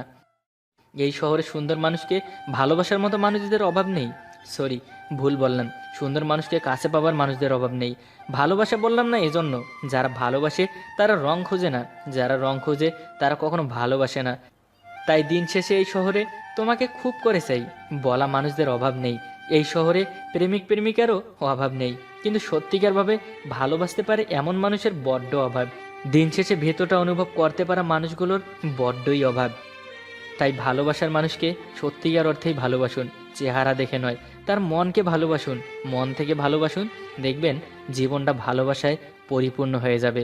ধন্যবাদ সবাইকে আমাদের পাশে থাকার জন্য। এত রাতে তোমার কি মাথা খারাপ হয়েছে? মাথা খারাপ হবে কেন? মাথা ঠিকঠাকই আছে। রাত কয়টা বাজে বলো তো দেখি। তেমন কোনো রাত হয়নি, কেবল 1:30 বাজে। সকালে আসি, বাইরে বৃষ্টি পড়ছে, দেখছো তো, বের হলে ভিজে যাবো তো। ভিজতে ভিজতেই আসবে। বাসার সামনে এসে 10 মিনিট দাঁড়াবে, তারপর চলে যাবে। কেন বলো তো? তোমাকে দেখতে ইচ্ছে করছে। ভিডিও কল দেই, তাহলেই তো দেখতে পাবে। না, আমি তোমাকে সামনে থেকে দেখতে চাই। আসবে নাকি আসবে না তাই বলো। তুমি এত রাতে বাসার বাইরে বের হবে কি করে? আমি বের হব কেন? বারান্দা থেকে দেখব। আসতেই হবে? না আসলে মনে করব তুমি আমাকে ভালোবাসো না। দিশার আবদার রক্ষাতে বাসা থেকে বের হলাম। এমন একটা কথা সে বলেছে যে না গিয়ে আর উপায় নেই। ভালোবাসার প্রমাণ দিতে আমরা বাঙালি ছেলেরা সর্বদা এক ধাপে এগিয়ে থাকি। গত সপ্তাহে আমার বন্ধু হৃদয় যা কাণ্ড করেছে, বেচারা সারা গায়ে চুলকানি রোগ হয়েছে। হৃদিতা ওর প্রেমিকা। গত সপ্তাহে হৃদিতা এক নর্দমার সামনে গিয়ে হৃদয়কে বলেছিল, তুমি না আমাকে ভালোবাসো? তাহলে এখানে এক মুহূর্তে লাফ দাও। হৃদিতা বলার সাথেই হৃদয় নর্দমায় লাফ দিল। কয়েক ঢোক নর্দমার পানিও সে খেয়ে নিয়েছে। সি, কয়েকদিন পর পেটের পীড়ায় ভোগে। বর্তমানে পেট ঠিকঠাক হলেও চুলকানির ব্যায়ামও সারেনি। দিশাদের বাড়ির সামনে কোনো নর্দমা বা ডোবা নেই, এখানেই রক্ষা। বাসা থেকে বের হয়ে গলির সামনে যেতেই নাইট গার্ড আমাকে জিজ্ঞেস করলো, বাবা এত রাতে বৃষ্টিতে ভিজতে ভিজতে কোথায় যাচ্ছেন? আমি সাথে সাথেই বললাম, একটু হাসপাতালে যাব। এত রাতে হাসপাতালের ফার্মেসি ছাড়া তো আর কোনো ফার্মেসি খোলা পাওয়া যাবে না। আমি হাঁটতে শুরু করলাম। রাস্তার বাতিগুলো সম্ভবত বৃষ্টির কারণে নেভানো। অন্ধকার রাস্তা, চারদিকে শুনশান নীরবতা। হঠাৎ একটা কুকুর ঘেউ ঘেউ করে উঠল। সেই কুকুরের সাথে কয়েক সেকেন্ডের মধ্যে আরও কয়েকটা কুকুর ঘেউ ঘেউ করে উঠল এবং ক্রমাগত করতেই থাকলো। আমি এক পা সামনের দিকে বাড়ালে এরাও এক পা সামনে বাড়াচ্ছে। মহা ঝামেলায় পড়া গেল। কি করব না করব দিশা না পেয়ে দৌড়াতে শুরু করলাম। আমার পিছু পিছু কুকুরগুলোও দৌড়াতে শুরু করেছে। আমি দৌড়াচ্ছি, কুকুরগুলোও দৌড়াচ্ছে। দৌড়াতে দৌড়াতে শেষ পর্যন্ত এক জায়গায় এসে কুকুরগুলো থেমে গেল। বুঝতে পারলাম কুকুরগুলোর সীমানা শেষ, এরা আর এক পাও সামনে আসবে না। আমি হাফ ছেড়ে বাঁচলাম, কিন্তু সামনের দিকে পা বাড়াতেই আবারও একটা কুকুর ঘেউ করে উঠল। সামনের দিকে তাকিয়ে দেখলাম একটা নাইট গার্ড ঘুমিয়ে আছে। তার পোষা কুকুর আমাকে দেখে চেঁচাচ্ছে। আমি নাইট গার্ডকে ডাকলাম। বেশ কয়েকবার ডাকার পর তিনি কুকুরটাকে শান্ত করে বললেন, এখন যান, আর কিছু বলবে না। আমি সামনের দিকে পা বাড়ালাম এবং সাথে সাথে কুকুরটা ঘর ঘর করে শব্দ করলো। নাইট গার্ড বলল, লালু চুপ। নাইট গার্ডের নির্দেশে কুকুরটা চুপ হয়ে গেল। আমিও হাঁটতে থাকলাম।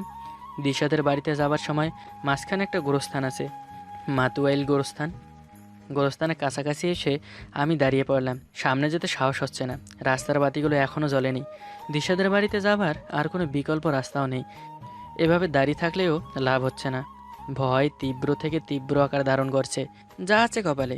এই ভেবে বুকে থুতু মেরে দ্রুত পায়ে হাঁটতে শুরু করলাম। গোরস্থানটা বেশ বড়, চারপাশে কাঁটাতার দেয়া। এই অন্ধকারের মধ্যেও আমি ভেতরটা পরিষ্কার দেখতে পাচ্ছি। মনে হচ্ছে সাদা কাপড়ের কাপড় পরিহিত গোরস্থানের বাসিন্দারা দলে দলে উঠে এসে আমাকে ধরে নিয়ে যাবে।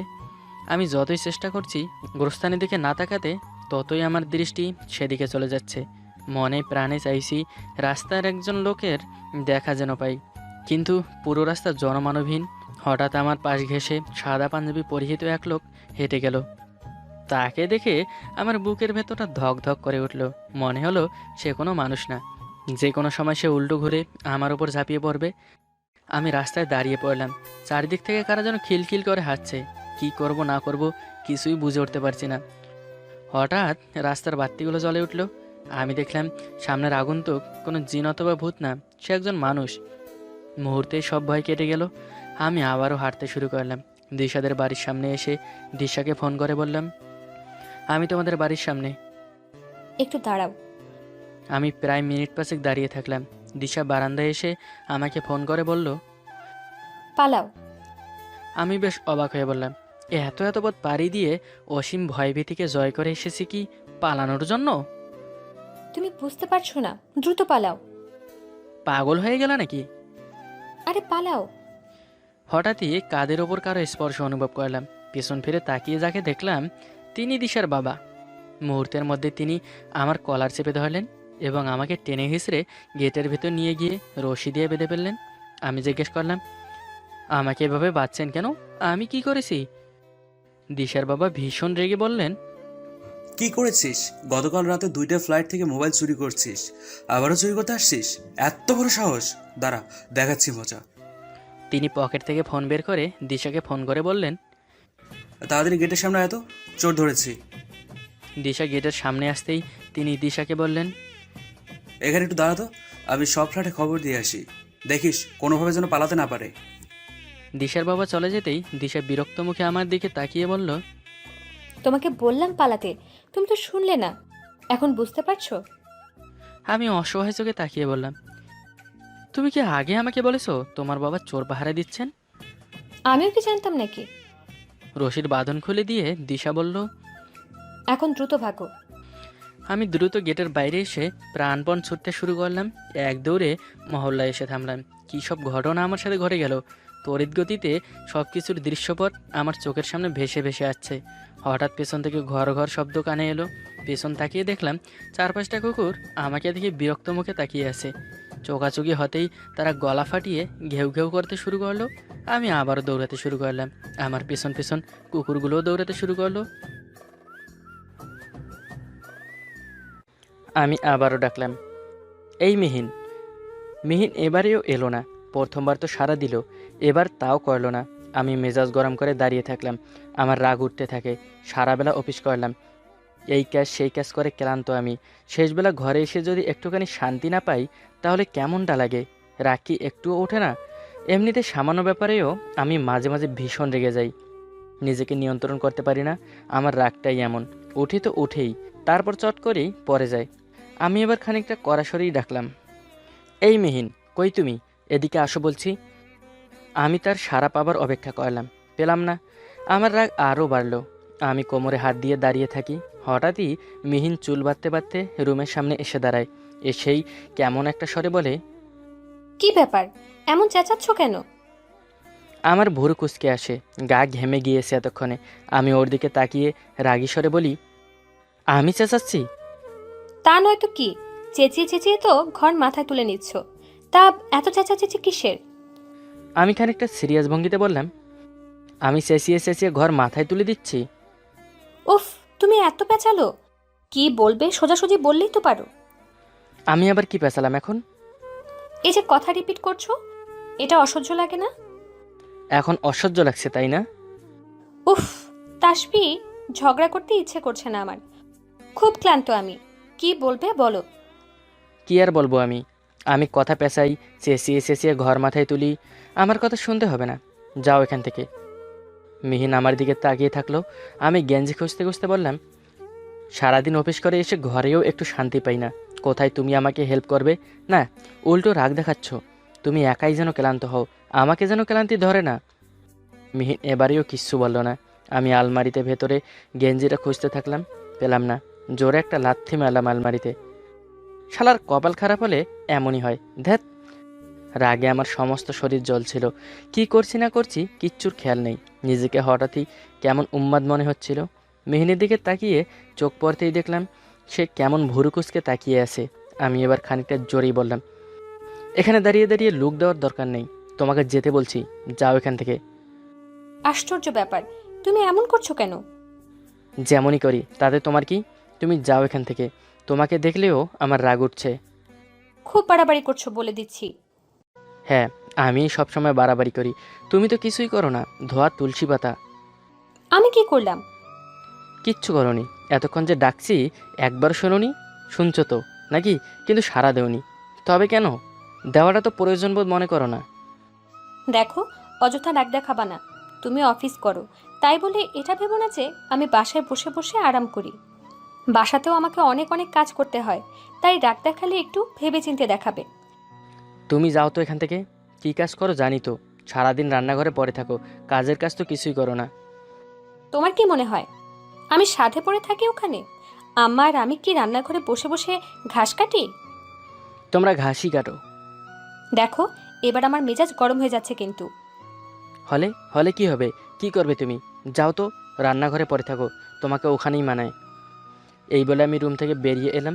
আকাশি কালারের টি শার্টটা গায়ে দিয়ে একেবারে ঘর থেকেই বেরিয়ে গেলাম।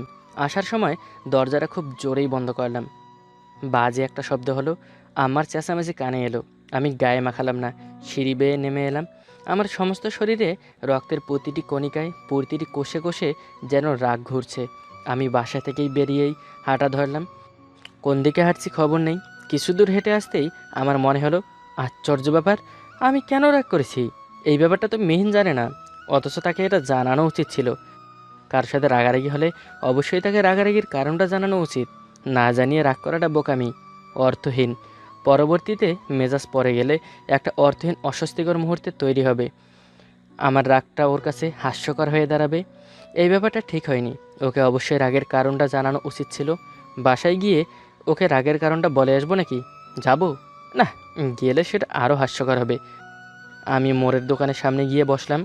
রাগ এখন আমার নিজের ওপরই হতে লাগলো। আমি চুপচাপ বসে থাকলাম ওখানে। মাথাটা কেমন জানি ভন ভন করছে। পুরো ব্যাপারটাই মাথায় ঘুরপাক খাচ্ছে এখন। কি করলাম? কেন রাগ করলাম? কেনই বা এখানে এলাম? এসব নিয়ে ভাবতে থাকলাম। দোকানটা বন্ধ, বাহিরে সিঁড়ির মতো কিছু অংশ রাখা। আমি সেখানে বসে আছি। আমার মন খারাপ। এতক্ষণ রাগ ছিল, রাগটা এখন পানি হয়ে গিয়েছে। সেই রাগ এখন মন খারাপে পরিণত হয়েছে। হঠাৎই দেখলাম নিশাত কী নিয়ে যেন যাচ্ছে। আমার সাথে চোকাচুকি হতেই এদিকে আসলো, বলল, কি রে, তোকে তো মনে হয় রোজা বেশ ভালোভাবেই ধরেছে। অফিস করে ক্লান্ত আছি রে ভাই। ক্লান্ত থাকলে বাসাতে না শুয়ে থাকবি। বাইরে কি? কিছু না, তুই কোথায় যাচ্ছিস? ঘরে লবণ শেষ হয়ে গিয়েছিল, সেটা আনতে নিচে আসলাম। তোকে তো দেখাই যায় না, থাকিস কই? অফিস করি, বিকেলে বাসাতে এসে টুকটাক কাজ করি, রাতে বিশ্রাম এবং তারাবিদের সময়টা পেরিয়ে যায়। আমি খানিকটা ভুরু কুচকে বললাম, বাসাতে কিসের কাজ করিস? ইফতার তৈরিতে বউকে সাহায্য করিস নাকি? ও হাসে, বলে, ওকে সাহায্য করবো কেন? কাজটা ওর একা নাকি? কাজটা আমাদের, তাই একসাথেই করি। এতে ওরও কষ্ট কম হয়, কাজটাও দ্রুত শেষ হয়। বাবা, বন্ধু আমার বউ পাগল। ও এবারেও হাসে, তারপর বলে, এসব তুইও তো বলতি, এখন আমাকে বলছিস বউ পাগল? আমার মনটা কেমন যেন আরও ভীষণ খারাপ হতে লাগলো। বলি, ইদানিং অফিসে বেশ কাজের প্রেশার, তাই ঘরের কাজে সাহায্য করতে পারি না। মেজাজটাও কেমন মাথায় চড়ে থাকে। নিশাত কিছু সময় আমার দিকে চেয়ে থাকে, বলে, ভাবির সাথে রাগারাগি হয়েছে? আমি অন্যদিকে তাকাই, চোখে মুখে রুক্ষতা, অথচ মন ভর্তি বেদনা, আফসোস কিংবা দলা পাকানো একগুচ্ছ অর্থহীন অভিমান। নিশাত বলে, রাগলি কেন? আমি একবার ওর দিকে তাকাই, আবার অন্যদিকে। বলি, জানিসই তো, হুটহাট আমার রাগ উঠে যায় খুব। এই জিনিসটা ছাড়তে পারিস না? চেষ্টা করছি, হয় না। নিশাত কিছু সময় চুপচাপ আমার কাছে বসে থাকে, আমিও বসে থাকি। কিছুই যেন ভালো লাগে না, অস্বস্তি হতে থাকে। মেয়েটা সত্যি রেগে গিয়েছে। আজ কি হবে ঘরে, কে জানে। নিশাত বলে, এক কাজ কর, এখানে বসে না থেকে ঘরে যা, পারলে কিছু কাজ করে দে। যদি ভাবির রাগ কিছু পরে আর কি, এছাড়া আর কোনো উপায় দেখছি না। আমি ফ্যাকাশে হাসি দেই, হাসতেও যেন মন চায় না। বলি, তুই যা, আমি আসছি। নিশাত উঠে দাঁড়ায়, আমার হাত ধরে টান দেয়, বলে, আরে চল তো, এখানে বসে থেকে লাভ নেই, ওখানে কিছু করার চেষ্টা কর। আমি কেমন অনিচ্ছা সত্ত্বেও উঠে আসি, বাসার সামনে এসে দাঁড়াই।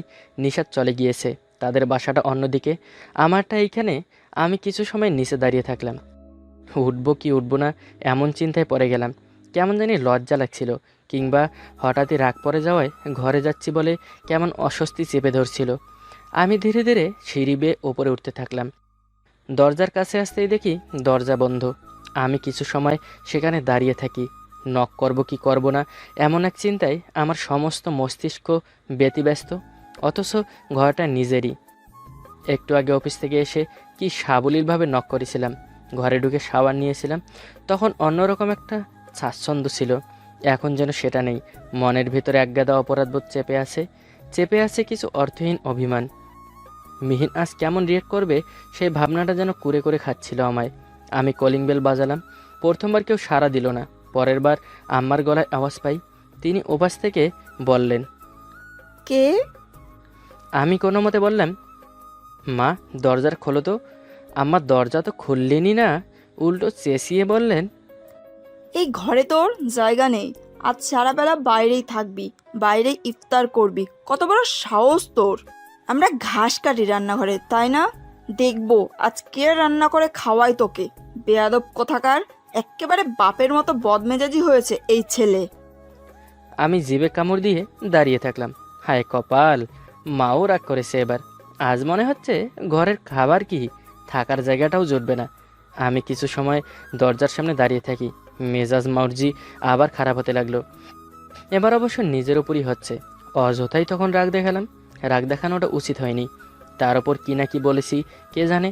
এমনিতেই রেখেছি রোজা, তার ওপর অফিসের কাজের প্রেশারে দম বন্ধ করা অবস্থা।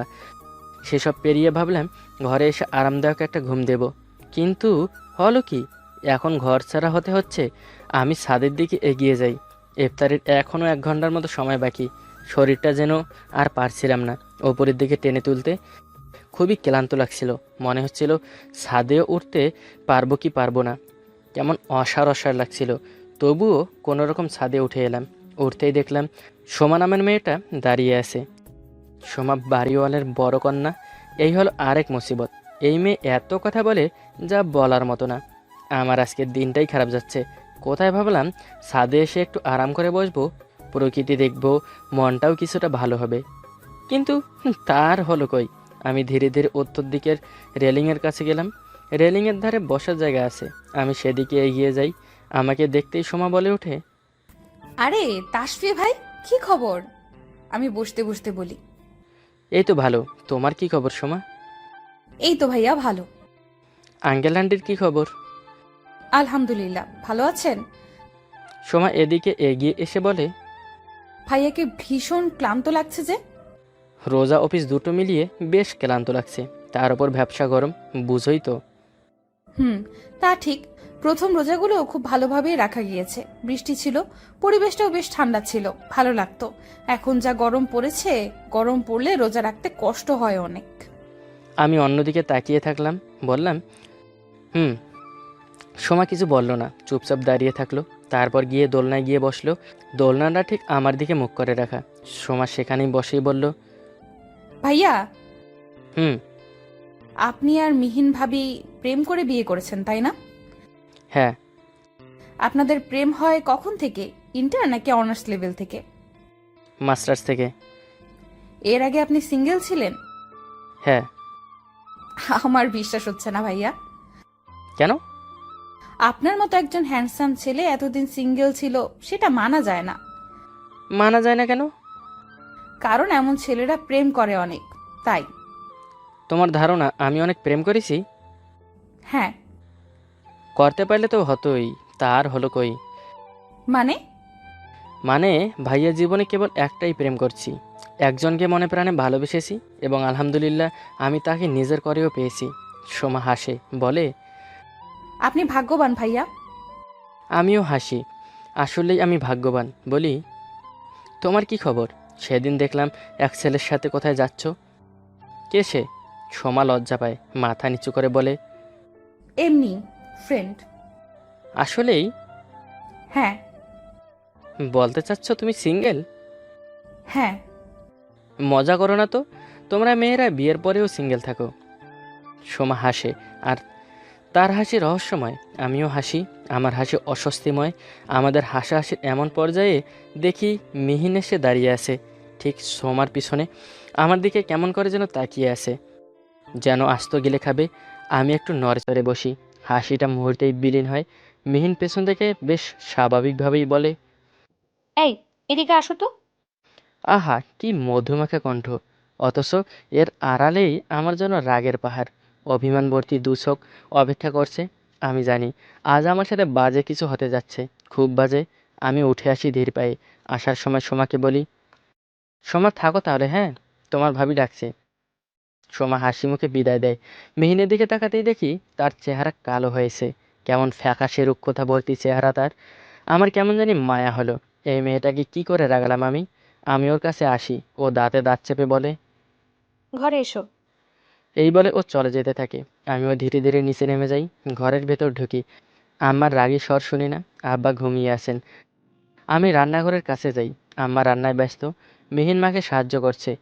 আমি কি করব ভেবে পাই না। নিজের রুমে আসি, কিছুক্ষণ শুয়ে থেকে উঠে যাই, রান্নাঘরে গিয়ে বলি, আমাকে কিছু করতে হবে মা? মা কিছু বলেন না, আমার দিকে তাকিয়েও দেখেন না। মিহিনকে বলি, দেখি আমাকে দাও, আমি পেঁয়াজটা কেটে দেই। মিহিনও আমার দিকে তাকায় না, মুখ ভর্তি তার অভিমান। আমি কিছু সময় তাকিয়ে থাকি ওর দিকে। ও মাথা তুলে দেখে একবার আমায়, তারপর চোখ নামিয়ে নেয়। আমার কেমন জানি লাগতে থাকে, উপায় না পেয়ে নিজের রুমে এসে শুয়ে থাকি। চোখটা লেগে আসে যেন, ক্লান্তি চেপে ধরে ভীষণভাবে। ইফতারটা রোবটের মতো করতে হয়। আম্মা আব্বা এবং মিহিন তারা ঠিকই হাসি মুখে কথা বলছে একজন অন্যজনের সাথে, এটা দিচ্ছে ওটা নিচ্ছে, অথচ কেউই আমার দিকে খেয়াল দিচ্ছে না, কথা বলছে না। আমার অস্বস্তি হতে থাকে, কেমন জানি লাগতে থাকে। আমি এভাবেই খেতে পারি না। ইফতারি ঠিকভাবে না করেই উঠে যাই আমি, নামাজ পড়ে শুয়ে থাকি। বসার ঘরে অল্প সাউন্ডে টিভিটা ছেড়ে দেই। কিছু সময় পর আব্বা আসেন, তিনি খবর দেখবেন। আমি উঠে যাই, আমার রুমের দিকে যেতেই দেখি দরজা বন্ধ। এখন থেকেই দরজা বন্ধ করে রেখেছে। আমি আম্মার রুমে যাই, উনি তখনও নামাজ পড়ছিলেন। আমি চুপচাপ ওনার বিছানার কাছে বসে থাকি, মুখ মলিন আমার। মা নামাজ শেষে বিছানায় উঠে বসেন, পান বানিয়ে মুখে দেন। তার কিছু সময় পর নিজে থেকেই বলেন, তোকে আজ ঘরের জায়গা দেওয়ার কোনো ইচ্ছাই আমার ছিল না। মিহিন অনুরোধ করে বলল, তাই তোকে ঘরে ঢোকার অনুমতি দিলাম। আমি কিছু বলি না, মাথা নিচু করে রাখি। আম্মা বলেন, এমনিতেই গরম পড়েছে, তার উপর চুলার কাছে থাকলেই এমনিতেই গরম লাগে। এমন অবস্থায় রান্না নামক ঘাস কাটাটা যে কতটা আনন্দের সেটা একদিন রান্নাঘরে আসলেই টের পাবি। আমি এবারেও চুপ করে থাকলাম, কিচ্ছু বললাম না। আম্মা আবার বললেন, তোর কি মনে হয় রান্না করাটা কি খুব সহজ কাজ? একদিন তরকারিতে লবণ কম হয়েছে, তোরা বাপ বেটা মিলে আবার দোষ ধরে বলিস আমাদেরকে সেই লবণ ঠিকভাবে দিয়ে রান্নাটা সুস্বাদু করে রাঁধতে হয়, তা না হলে তোদের কথার নিচে পড়ে থাকতে হয়। মা তুমি তো জানো আমার রাগটা কেমন, হুট করেই কি হয়ে যায় সেটা আমি নিজেও জানি না। নিজের রাগকে নিয়ন্ত্রণ করতে শিখ। আমি কিছু সময় চুপ করে থাকি, তারপর বলি, সরি। তোদের এসবে অভ্যস্ত আমি, তাই আমাকে সরি বলে কোনো লাভ নেই। সরি তুই মিহিনকে গিয়ে বল, যা। আমি উঠে আসি, মিহিন রুমের দরজা বন্ধ করে আছে। আমি বাইরে বেরিয়ে যাই। চায়ের নেশা পেয়েছে ভীষণ। মোড়ের দোকানে চা খাই। একেবারে তারাবির নামাজ পড়ে ঘরে আসি। কলিং বেলে বাজাতেই মা দরজা খুলে দেন। আমি কিছু সময় বসার ঘরে বসি, তারপর আমার রুমের দিকে যাই। ভাগ্য সুপ্রসন্ন, দরজা খোলা। আমি ভেতরে ঢুকে দরজা আটকে দেই। মিহিন রুম অন্ধকার করে শুয়ে আছে। আমি লাইট জ্বালাই। মিহিন চোখ বন্ধ করে শুয়ে আছে। আমি ধীরে ধীরে তার কাছে যাই। তার দিকে তাকিয়ে থাকি কিছু সময়। সে আমার উপস্থিতি টের পায়, মুখ ফিরিয়ে নেয়। আমি তার মুখ ধরে তাকে আমার দিকে ফেরাই। সে বিরক্ত হয়, বলে, ছাড়ো তো। সরি মিহিন। মিহিন কঠিন স্বরে বলে, আমাকে সরি বলার দরকার নেই। তুমি তোমার সোমাকে গিয়ে সরি বলো। আমি অবাক হই। আশ্চর্য, সোমা আসলো কোত্থেকে? বলি, কি, সোমাকে? কেন? মিহিন কিছু বলে না। শোয়া থেকে উঠে যায়, বারান্দা গিয়ে দাঁড়ায়। বারান্দা ভর্তি জ্যোৎস্না। আশ্চর্য, আজ পূর্ণিমা নাকি? মিহিন বারান্দার গ্রিল ধরে দাঁড়িয়ে থাকে। আমি ওর পাশে দাঁড়াই, ভালো করে দেখি তাকে। মেয়েটার চোখ ভর্তি মায়া। চাঁদের আলো তার সমস্ত চেহারাটাকে কেমন উজ্জ্বল করে তুলেছে। তাকে কেমন অপরূপ সুন্দরী লাগছে। আমি ভালো করে দেখি তাকে। তার চোখ কেমন ফোলা, হঠাৎই কেমন চিকচিক করে উঠল। আমার বুকের ভেতর ধক করে উঠে। মিহিন কান্না করছে। বলি, কান্না করছো তুমি? মিহিন জবাব দেয় না। আমি আবারও বলি, মিহিন তুমি কান্না করছো? মিহিন কেমন ধরে আসা আসা স্বরে বলে, কাজে তোমার কি? তোমার কি? আমার হার্টবিট যেন বেড়ে যায়, বুকের ভেতর কেমন শিন করে ওঠে। বলি, আই এম সরি মিহিন। তোমার সরি লাগবে না আমার। প্লিজ। কোনো প্লিজ নয়। মিহিনের স্বর কঠিন শোনায়। আমি তার হাত ধরে ফেলি, বলি, প্লিজ মিহিন। মিহিন আমাকে মৃদু ধাক্কা দেয়, বারান্দার দেয়ালের সাথে লেপ্টে ধরে আমায় টি শার্ট খামচে ধরে বলে, মেয়ে দেখলে মাথা ঠিক থাকে না, তাই না? মেয়েটার চেহারা কঠিন হয়ে আসে মুহূর্তে, যেন কথাটা এখনই মনে পড়েছে। চোখ মুখে অপ্রতিরোধ্য রাগ, চেহারা কেমন লালচে হয়ে আছে। আমি বলি, এই কথা বলছো না কেন? কেন বলছি জানিস না? সোমার সাথে এত গল্প কিসের, এত হাসাহাসি কিসের? আমি তাকে কিছু বলি না, কেবল দেখে যাই, মনে মনে হাসি। অদ্ভুত এক আনন্দ হয় আমার। সে কেমন মায়াময় একটা স্বরে বলে ওঠে, আমি তোকে খুন করে ফেলবো কুত্তা। মেয়েদের কণ্ঠে গালিও কি অসাধারণ লাগে। বলি, এমন এক জ্যোৎস্না রাতে এমন সুন্দরী নারীর হাতে খুন হওয়াটাও অনেকটা ভাগ্যের। মিহিন আমার গেঞ্জিটা আরও শক্ত করে ধরে বলে, তোকে আজ মেরে ফেলবো আমি। বেয়াদব ছেলে, আমাকে খালি কষ্ট দেয়। মারো। মিহিন কাঁদো কাঁদো স্বরে বলে, রাগারাগি আমার সাথে করবি আর হাসাহাসি করবি অন্য মেয়ের সাথে, আমি তা কখনোই হতে দেব না। আচ্ছা হতে দিও না। কোথায় আমার রাগ ভাঙাবি? তা না করে অন্য মেয়ের সাথে টাঙ্কি মারতেছিস। মিহিন আমাকে ছেড়ে দেয়, কিছুটা দূরে সরে যায়, আমার দিকে তাকিয়ে থাকে কেবল। আমি ওর দিকে তাকাই, ওর চোখে চোখ রাখি। মেয়েটার চোখে জল খেলা করছে যেন। বলি, সরি মিহিন, প্লিজ আর রাগ করে থেকো না। মিহিন বারান্দার গ্রিলের সাথে হেলান দিয়ে দাঁড়ায়, আমার দিকে তাকিয়ে থাকে এক দৃষ্টিতে। আমিও তাকে দেখে যাই। সে বলে, রান্নাঘরে ঘাস কাটি আমরা, তাই না? আমি মাথা নিচু করে নেই। সে আবার বলে, আমাকে রান্নাঘরেই মানায়, তাই তো? আমি কিছু বলি না। মিহিনের স্বর ভেজা, সে কান্না করে দেয়, গা কাঁপিয়ে কান্না করে সে। আমি তার কাছে যাই, তাকে সামলেও নেই, চোখের জল মুছে দেই। বলি, সরি বলেছি তো। প্রিয় মানুষের মুখে এসব কথা মানায় না। তারা অল্প কিছু বললেও পাহাড় সমান মনে হয়, সেখানে তুমি আমার যা নয় তাই বলছো। Please forgive me Mihin. Mihin আমার পাশ থেকে সরে দাঁড়ায়, বলে, আমাকে একদম ছুবে না তুমি। আমি তার দিকে তাকিয়ে থাকি, সে কান্না করে কেবল, আবারও তার ভেজা স্বর শোনা যায়। আমাকে দেখলে নাকি তোমার রাগ হয়, অথচ একসময় আমাকে দেখেই তোমার মন ভালো হতো, প্রশান্তিতে ভরে যেত মন। কত বলতে আমায়, আজ সেই কথাগুলো যেন ফিকে লাগে। আমি আরেকটু তার কাছে সরে যাই।